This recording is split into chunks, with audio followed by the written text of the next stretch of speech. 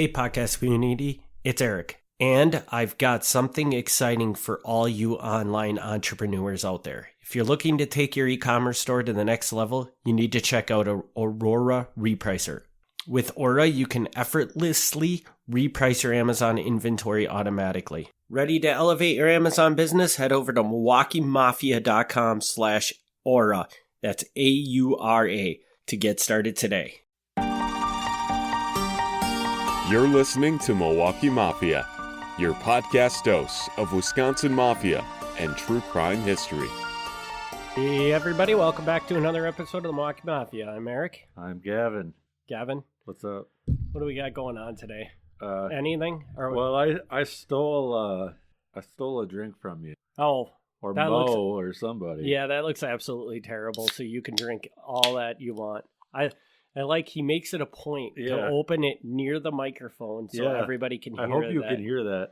Just so you know, he's only drinking a LaCroix water, which is just disgusting. Sorry to anybody that likes LaCroix water. No, you're right. It is. It's not. It's not great.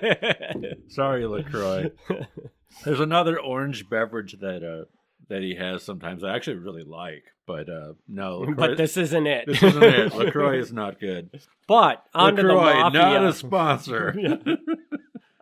On to the Mafia subject. Yes. What are we talking about today? We're back on a timeline, I think, right? We are back on the timeline. So We are. today we're in like 61, 62. We're in that. Ooh, we're area. crossing into 62. A little bit of, don't think it's going to be a habit, but yeah.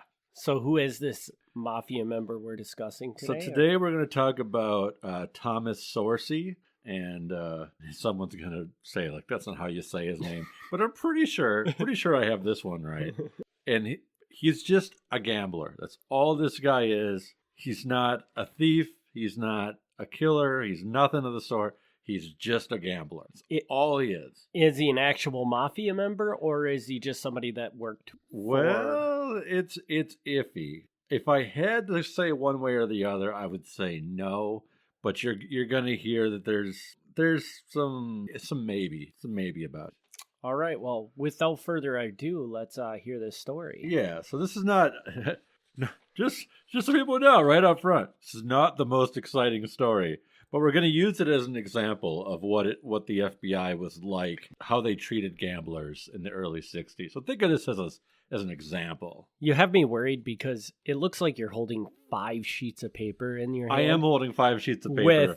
Which, for a very unexciting story. I'm going to breeze through it as quickly as I can. My notes were 7 pages. I got them down to 5. I wanted to get them down to 4, but I didn't get them down. But I'm going to breeze through this as quick as possible. All right. Okay.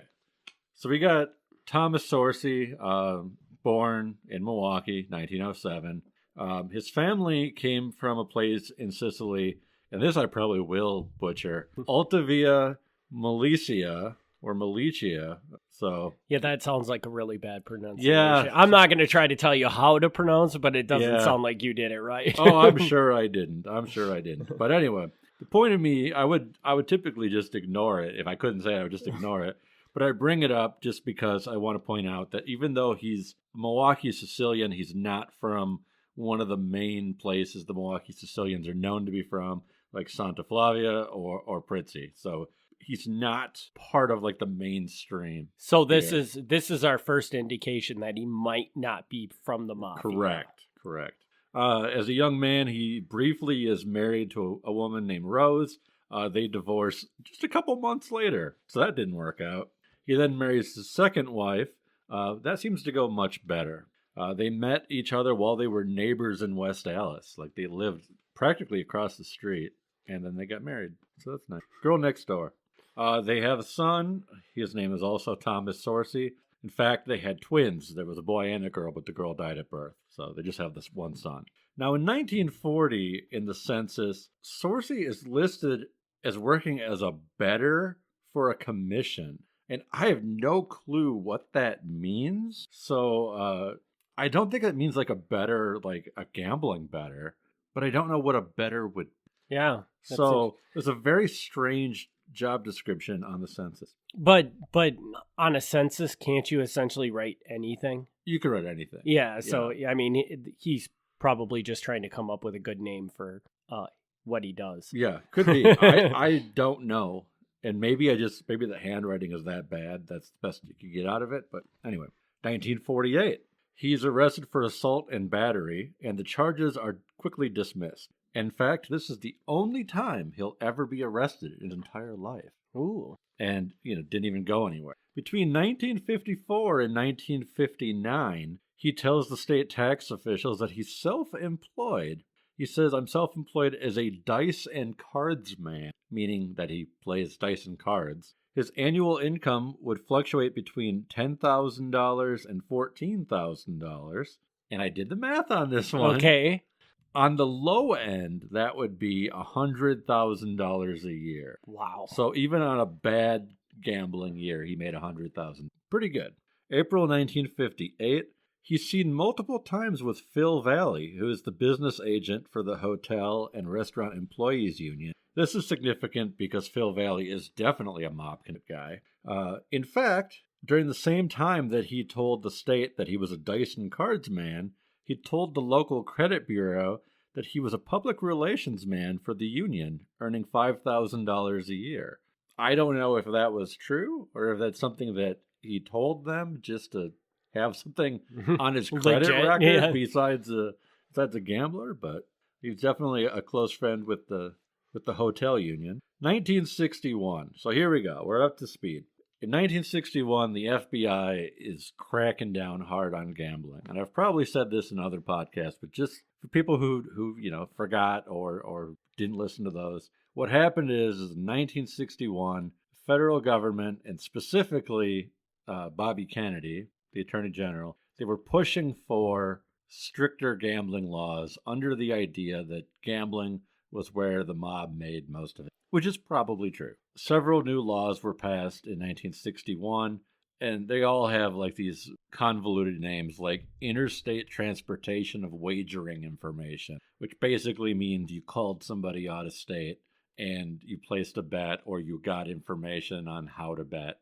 Or there's interstate gambling business, which is really generic, but whatever kind of a gambling operation you're running, it has some interstate element, because being on the federal level, it has to cross state lines. Otherwise, it's not a federal crime. All right. So anyway, of course, this guy is known as a gambler. In fact, he's admitting to the state tax people that's what he does. So it's not like it's a secret. So the FBI really looks into him hard. They're talking to everybody. They're talking to police chief, even in Wapaka, of all places. They ask him, and they're like, oh, yeah, Tommy comes up here sometimes, and he places bets at the country club here. But it's all friendly games. It's nothing, no big money. They search his phone records. In fact, they love his phone records. They repeatedly pull them, and they see everybody that he talks to.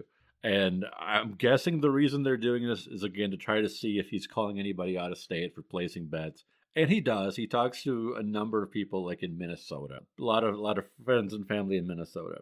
But one place he calls is Claude Lodel's, and I'm probably screwing that up, Claude Lodel's Oasis Tavern in Two Rivers. For some reason, he's friends with this guy in Two Rivers, and that place ends up getting raided, unconnected to him knowing Tom Sorce, but it gets raided. And when it gets raided for having gambling games there, they find an envelope with Sorce's name on it with money inside, along with a money order made out to Sorce's nephew. So it's definitely clear that he's been gambling at this Two Rivers club. And the guy in Two Rivers, this hits him really hard. I mean, he pleads guilty, and he's like, we're not going to gamble anymore. He has to move the liquor license into his wife's name after that. And he's like, it's just me and my wife, man. I live in a back room of the bar. Like, we're not some big time thing. But they crack down on him pretty hard, and they end up trying to figure out what his connections are to different places. And they find that he's getting like gambling information from a hotel in Manitowoc. And so they trace that, and they're like, okay, where's this place? And this turns into this whole big ordeal of the FBI like tracking who's gambling with who, trying to find out what's going on. And at the end of this whole Two Rivers Manitowoc stretch, they get nowhere. I was going to say, like, if they got to spread state lines, that seems like they're going to be digging for a while before they get across the state line. Yeah, so like the Two Rivers bar is getting these things called parlay cards, which is similar to what we would call like a football pool. Okay. And they're like, okay, where are you guys getting these from? They're getting it from some guy at a Manitowoc hotel. They go to the guy at the Manitowoc hotel. They finally get him to admit where he's getting them from. And it turns out that somebody locally is just printing them. So it doesn't even really leave Manitowoc County. But they were hoping that like these are getting shipped in from somewhere. But so like hours and hours are spent trying to track down just these, these loose gambling operations where people are betting $5, $10 a piece, which, adds up. But it's not this huge thing. So something as simple as like a betting card being shipped across state lines could make it a federal offense? Yes. Wow. Yes. All right. So rumors are going around about Tom Sorce. They say, they've heard rumors that he's been a bookie, but nobody really seems to be able to prove it. They said his primary income is definitely from playing cards and dice. In fact, he travels around as far as Montana and Wyoming playing cards and dice, just making money. But this isn't an interstate violation because he's going to another state and he's playing the game in that state. Okay. So that is not a federal crime. It might be a local crime, but most of the local police really don't care. Like the federal government, as hard as they're cracking down on gambling, most people are still like, we don't care. If guys are playing dice or poker or whatever, we don't give a crap. Whatever. It's fine. Rumors are going around, again, a lot of rumors, that apparently Frank Balestrieri, here's where we go, Frank Balestrieri, mob boss in Milwaukee, is the money behind Tom Sorce. Apparently, sometimes Balestrieri will hear about a big gambling game, and then he'll pay Tom Sorce to go there, and then he'll get a percentage of the winnings for whatever he wins. Now, if that's true, there's your mob connection. Mm-hmm. But we never, ever find out if that's true. Numerous rumors come up that there's some kind of financial backing to say, hey, go out, win some money, bring me back some money. But it's never proven. His phone records don't support this. So we just don't know. I, of course, have my doubts, but who knows? Another informant says, hey, Frank Balestrieri sent Tom Sorce down to Antioch, Illinois, where there's a regular ongoing gambling game. That part's true. The purpose of him sending him there was to convince the boys, quote-unquote boys in Antioch, to back a gambling game in the Milwaukee area. Whether or not that's happened, I don't know. So seems like something. Why would he send Tom Sorce? Maybe if he played in that game and had a relationship with those people or something. Yeah, like maybe that. If he goes and plays there anyway, like, hey, talk to them about this. I don't know. They're checking his phone records, and it's connected to various gamblers. They're finding it connected to gamblers in Wisconsin, Minnesota, even in Canada, of all places. Some connect to a guy in Madison, a man named James Schiavo. And now I screwed that up. Someone's going to be like, that's definitely not how you say that name.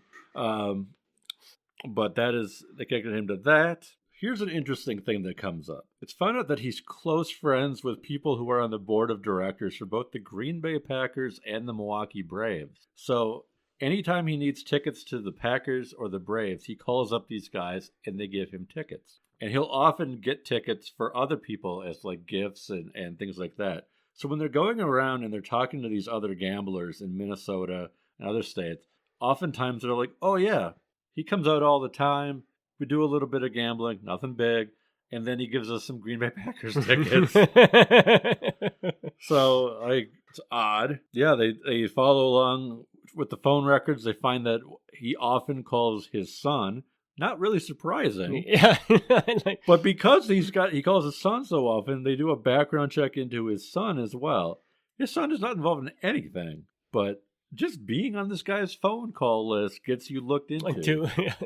They look into guys in Peshtigo, get background checks on them, just all over the place. They trace a thing to a bar in Shawano called Stan and Bud's Tavern.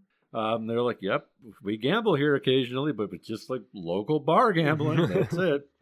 The only interesting thing about that is that Bud of Stan and Bud's Tavern is a man named Bud Hopt, who back in 1932, so almost 30 years prior to them looking into it, there was a murder of a high-ranking teamster just outside of his tavern. So he was around when that happened. But not that he killed the guy. Just happened to be at that bar. So loose connection there.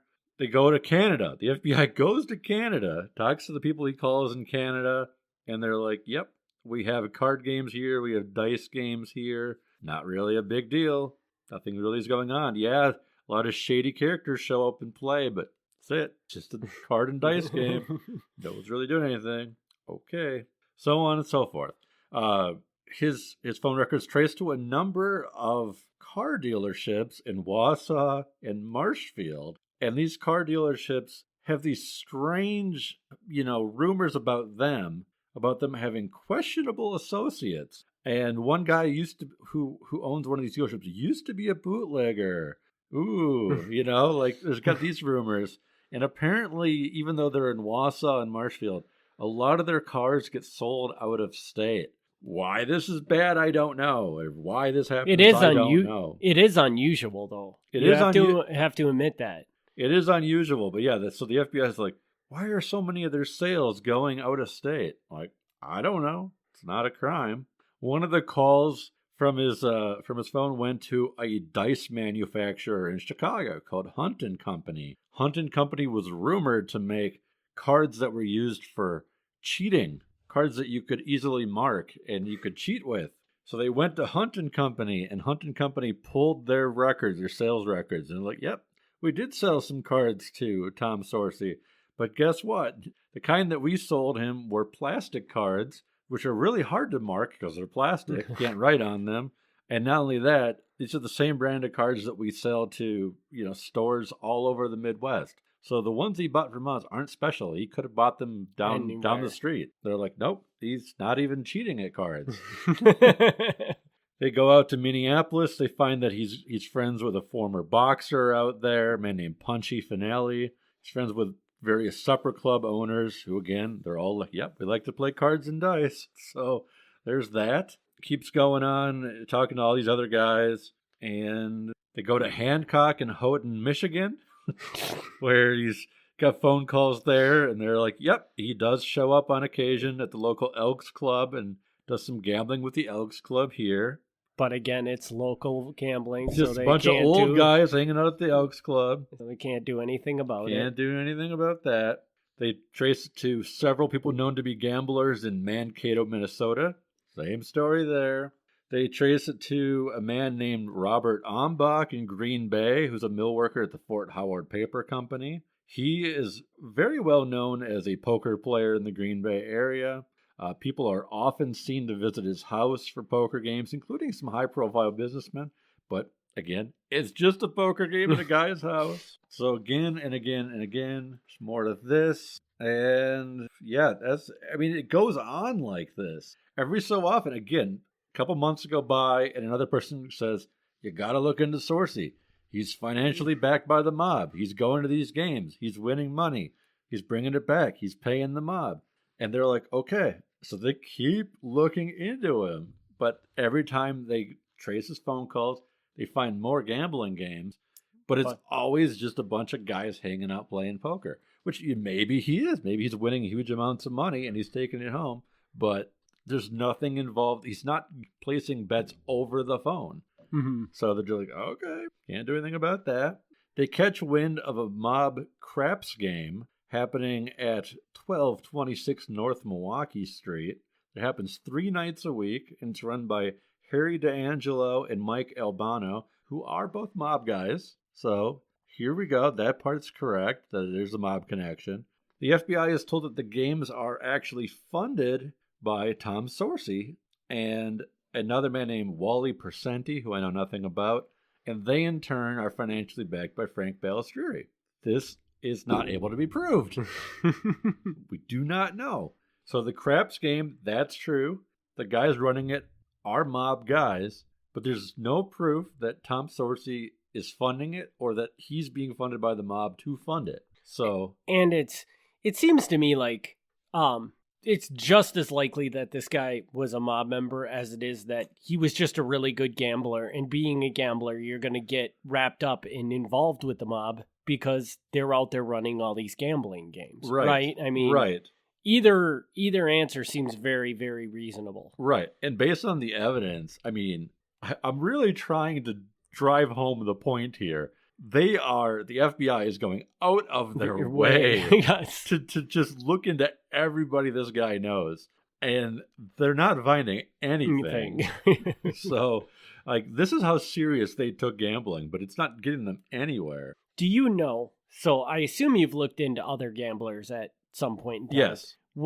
The amount of money. So this guy, you said that he was making between $10,000 and $14,000, which was $100,000 to probably $160,000. Sure. Great money for a gambler. Yes. Other gamblers you've looked into, how do they compare to that? Or this guy is definitely making better money. He's making very good money. Like sometimes the other kind of gambling, the kind the FBI actually cares about, like if you're a bookie, you might make better money. But as far as actual gamblers, like playing the games, this guy's killing it. This guy is killing it. I mean, I don't know if people know how gambling works, but more often than not, you lose your ass. Like gambling is called gambling for a reason. Like most people don't win.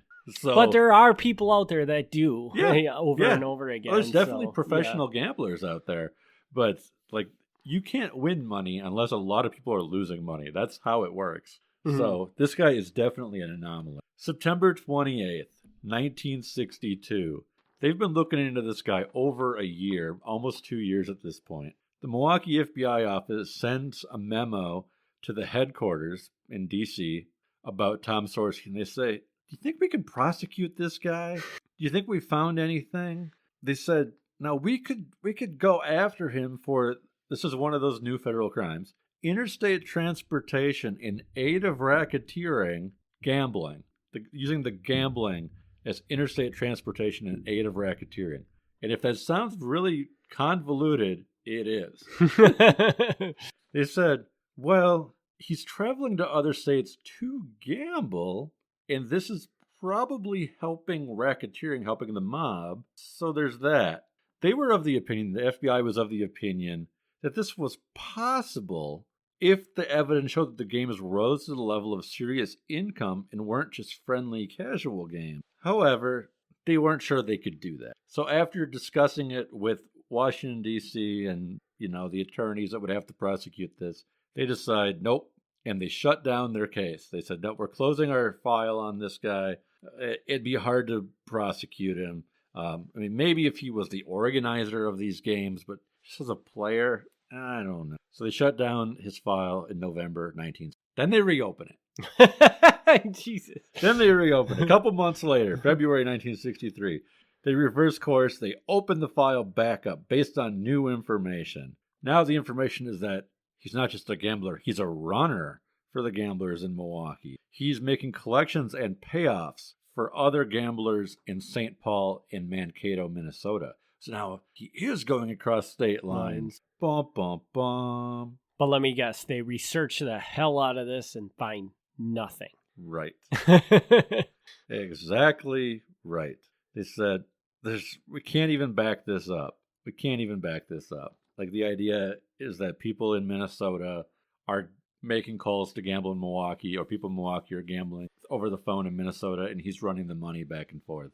But they couldn't back that. So after all this time researching him nonstop in 1961, 1962, and 1963, they finally give up.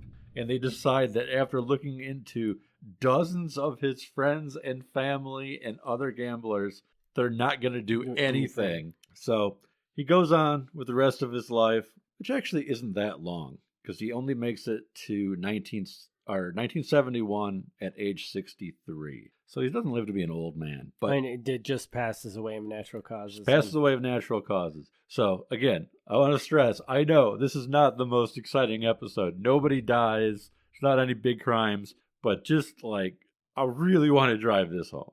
The FBI in 1961, 1962 were absolutely crazy about gambling. So that was going to be one of my first questions was, this investigation, is this over the top for them? Or when you look at other investigations around the time, were they just hounding other people in the same way? This is not unique, but it is probably a bit more excessive. So Do you have a theory on why they were targeting this guy so much? Do you think it's Yes. because he was not quiet about the fact that his income came from gambling, right? Right. Yeah, I think there's a few factors here. One, it's clear that gambling is his primary income, whereas most of these guys who are gamblers aren't what you would call professional gamblers. You know, they might gamble each week on a football game or something, but like they don't rely on it for their income.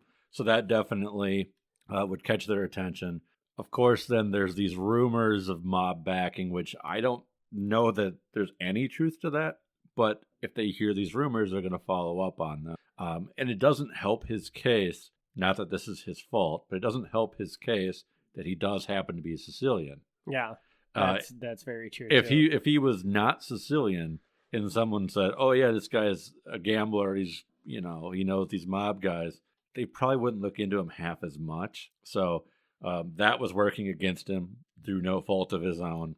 And then on top of that, I don't know, but I would suspect that the FBI is approaching this from the point of view where after they've invested so much time and resources into this, they're not giving up. They're not giving up. Yeah, it's like at this point, we've done this much. We got to keep going until we find something, which is probably the wrong approach.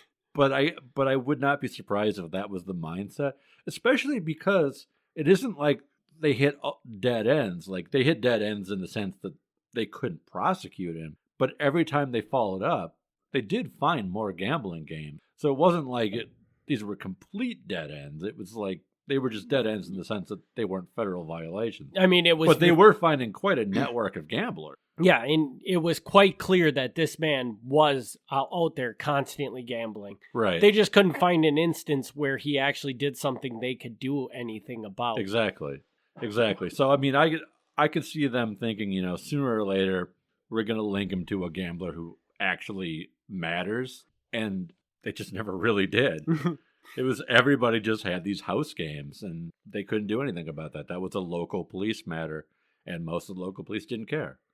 So the other big question I had was, so the most logical connection I can see to him and the mafia, other than the fact that he's just in the world of gambling, so they're going to cross paths, is the fact that possibly Frank Balistrieri funded him. Possibly. Do you know of instances where the mafia or Frank Balistrieri actually funded somebody like this?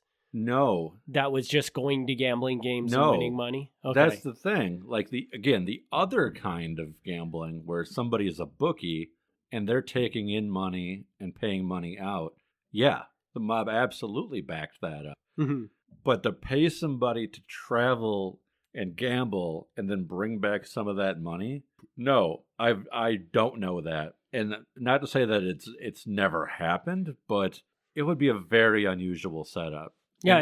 And I don't even know how you would quality control that, you know? Yeah, because how do you know that you're actually getting your fair cut or whatever? You give a guy $100, he goes, he gambles. How do you know if he won or he lost? Like, who do you check up on to know? He comes back, he's like, oh, I didn't win this time. And he pockets like $2,000.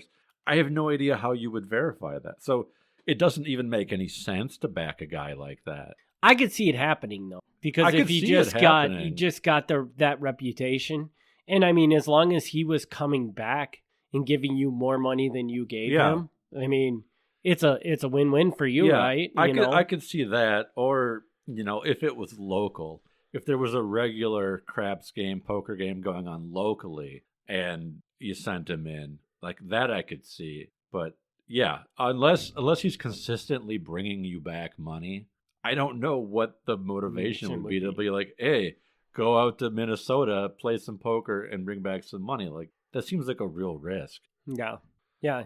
And it would make sense if they were like paying him to go into their own games and play it, maybe. That's what I'm saying. Because then they could regulate it. Like, they would know exactly what That's what I'm saying. If there was like a local game and they knew the guys who were running it, then that'd be like the ringer. Mm-hmm. You know, be like, oh, you know, the house is going to win some money.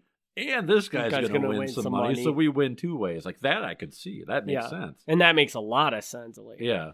So, interesting. But, yeah, so, I mean, I'm sorry. Like, again, this didn't go anywhere, like, super interesting. But I think it's important to not only talk about the really wild mob figures and the wild crimes they commit, I think it's interesting to look into law enforcement as well. I find that angle equally as interesting. So I hope other people do too, because just thinking about the huge amount of man hours they put into this, you translate that into what they're getting paid to do this, which comes back to tax dollars. And I don't want to make a political point. That's not my intention here. I'm not trying to make a political point.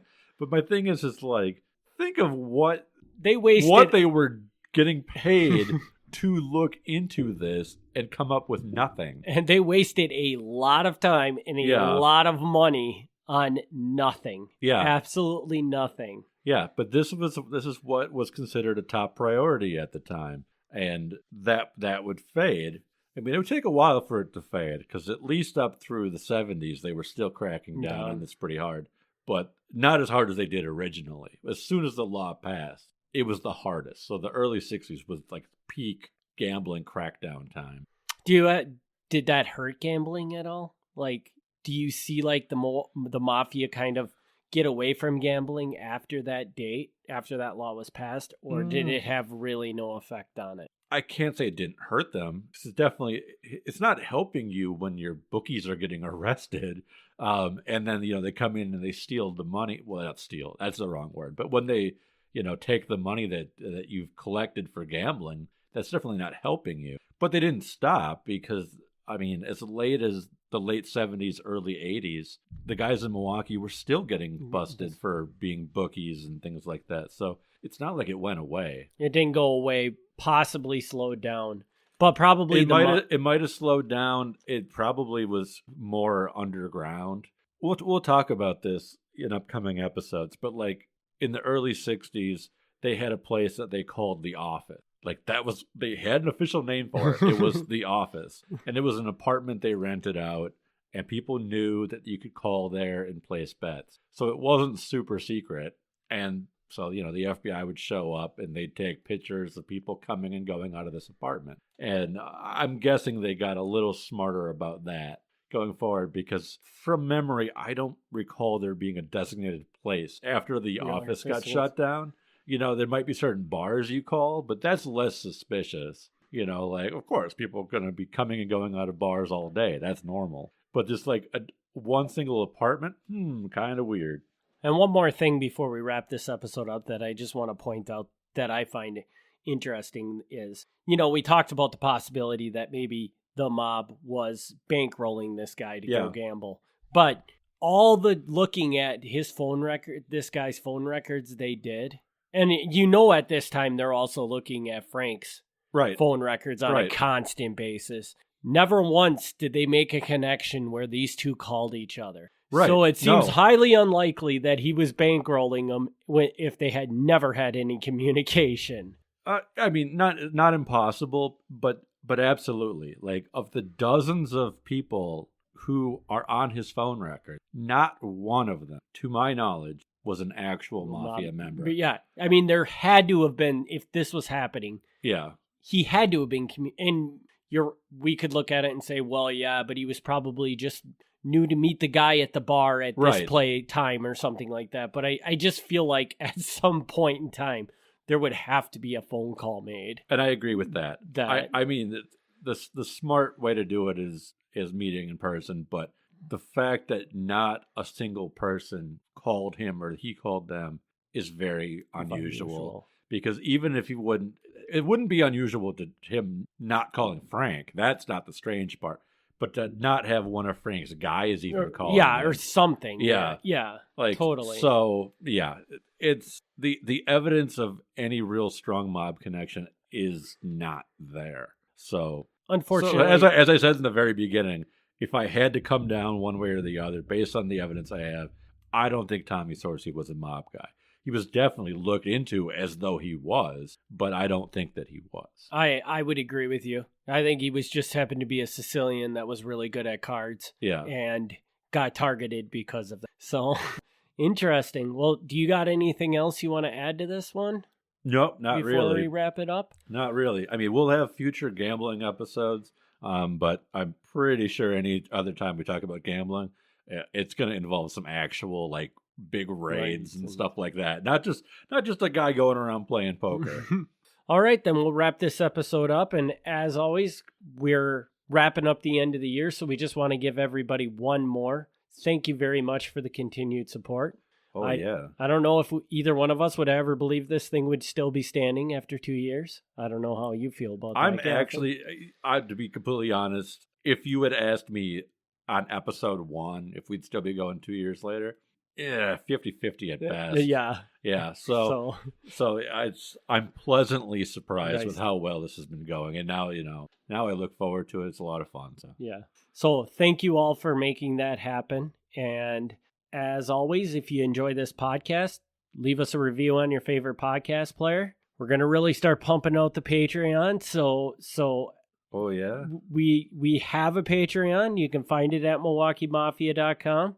Go check that out. You can get access to bonus content, free books, and even an opportunity to get on this podcast with us. So check that out. And Gavin, you want to hit them with your contact info? Yeah, I guess if you're still listening at this point, you can reach out at MilwaukeeMafia@gmail.com or just go to the website MilwaukeeMafia.com.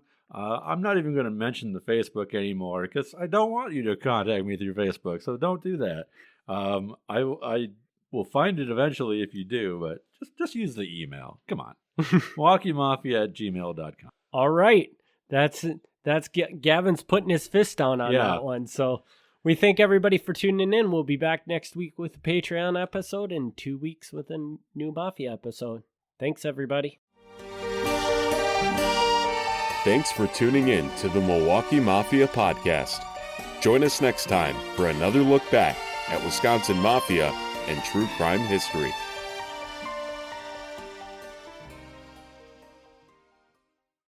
Hey Amazon selling enthusiast, it's Eric here. And if you're tired of the inventory management struggle, I've got a game changer for you.